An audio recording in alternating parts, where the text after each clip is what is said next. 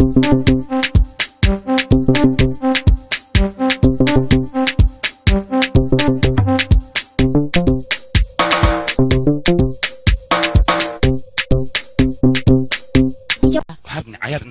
الصومال مكسيه ها بمبي ما كتمت ها واللي قام قصته ماي ماخي إلما دشنه شام لا لو بسم الله ما أنتو تاريخ ذي اللحدة بيشكو يتونات لودكم سياليتون وحي محكمة السنان تي عدالته حكم كفو لسي هذا سنة كوات فرتون حسين علي الشيخ فرتون بالبلاركة إيو حسن عبد الله يوسف حسن طب دل توغشاه عن كعسنا النظام كلنا إلى اليوم دل توغشاه فرتون oo lagu soo eedeeyay inay dambi ka gashay fanka iyo suugaanta iyo xasan oo lagu soo eedeeyay xasan toob in uu soo saaro dadka dhibirkooda aan fadhin sidoo kale eedeysanaha saddexaad iid la yare kaasoo lagu soo eedeeyay in faladegan oosan xadi karin heesiisa hadduu dhinto sidoo kale maxkamadda waxay racfaan ka qaadatay eedeysane qamar suugaani kaasoo dambi lagu waayay furiinkii ka dhex maray labada lamaane waxaa dib iskugu soo laaban doonaa racfaanta muddada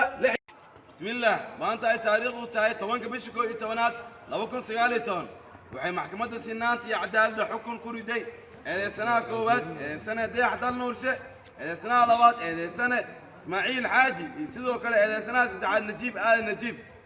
maxkamadda markii aragtay dacwadii laga soo gudbiyay falal aad iyo aad ugu soo horjeeda dhanka iyo dhaqanka falalkaas oo ah falal is cadeen ah waxay maxkamaddu ku xukuntay eedeysane dayax dal nuurshe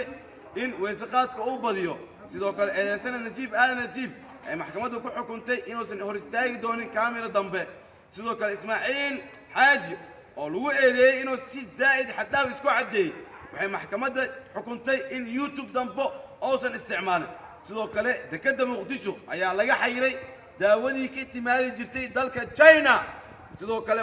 warqad lifaaqeedu yahay baqta 12 oo ka soo baxay dalka China ayaa sheegayso diyaanada in laga helo cudurrada kansarka بسم الله الرحمن الرحيم محكمة الدردة كواد سناني عدالة وحي مانتا أمر كسوركتي تاغيرياشا إني سيان فولو لايك شير ما دام أنا هاي dadku xiran mar walbo inay niga qosilsiyaan waana ma sitin meel walba ku nooshiin madaxweyne sheekh shariif sheekh axmed madaxweyne xasan sheekh maxamuud ra'iisul wasaare xasan cali khayre madaxweyne maxamed cabdullaahi farmaajo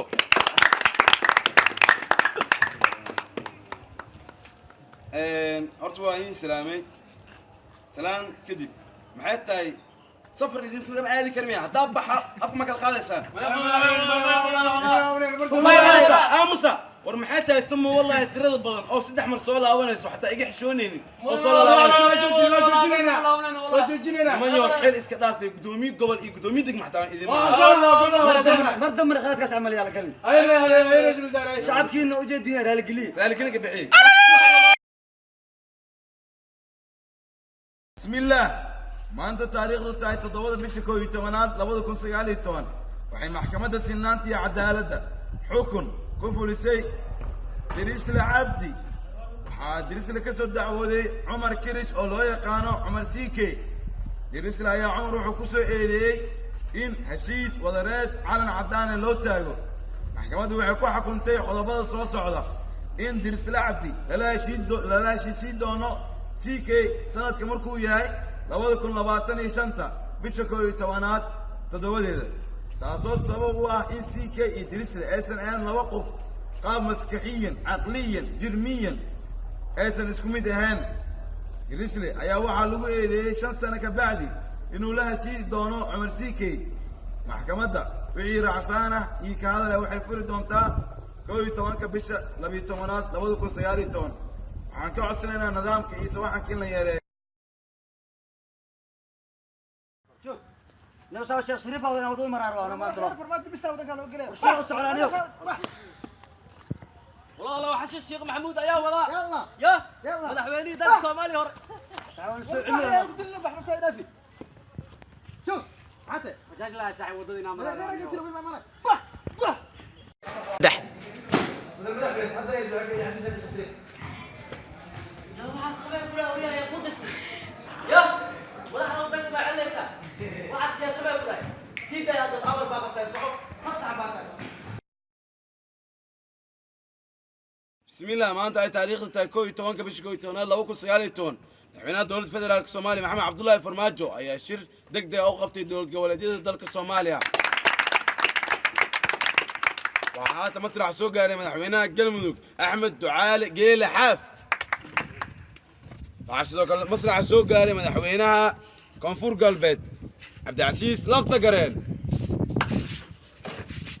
sidoo kale waxaa masrax soo gaaray madaxweynaha Hirshabeelle Maxamed Cabdi Waare sidoo kale waxaa masraxa soo gaaray madaxweynaha Puntland Siciid Dani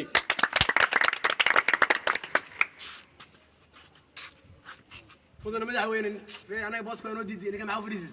ورنيكان خلوا كجلي ردوا ديلي هذيك تد ما تشين نيكان والحكومة وراك خالد هذا ماشي مع لو كان خيانة واي عمر كان أجر مدحوين بسم الله الرحمن الرحيم maanta taariikhdu tahay 8 bisha 12 2019 waxaa maxkamadda cadaaladda isniinta la horkeenay alfanaan jigijigi eedeysana fanaan jigijigi ayaa lagu soo eedeeyay falal aad iyo aad kaga soo horjeeda wacyigelinta iyo dhaqanka Soomaaliyeed waxaana ciidamada garbahiga taagan Guleed Ibraahim Suleymaan iyo Amiin Axmed Haruun ka codsanaya inay fanaanka cadaaladda horkeenaan ويا تلي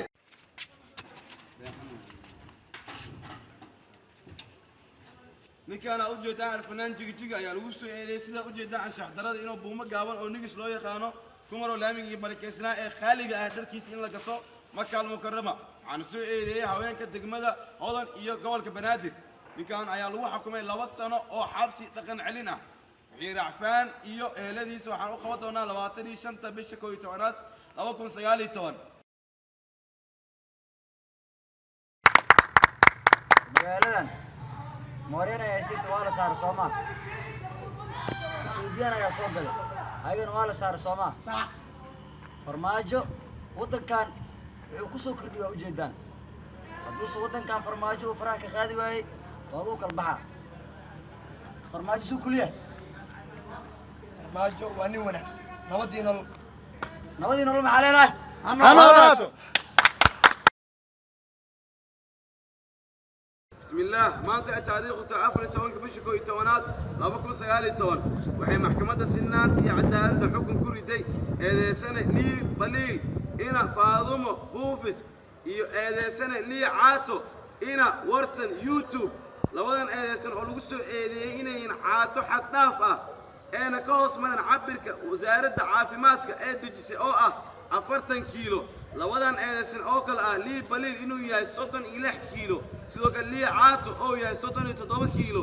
marka maxkamadda sinnaanta iyo cadaaladda waxay go'aamisay in Lii Caato oo guursado fanaanada caanka ah Fartuun Balbalaarka nidaamka la toosiyo sidoo kale eedeysana Lii Baliil ayaa lagu eedeeyay sidoo inuu guursado maamo Faranko oo ku nool Australia waxay maxkamadda ka codsanaysaa maamo Faranko iyo Fartuun Balbalaarka inaysan ku xujeenin labadan xidig lacag iyo dahab iyo maalba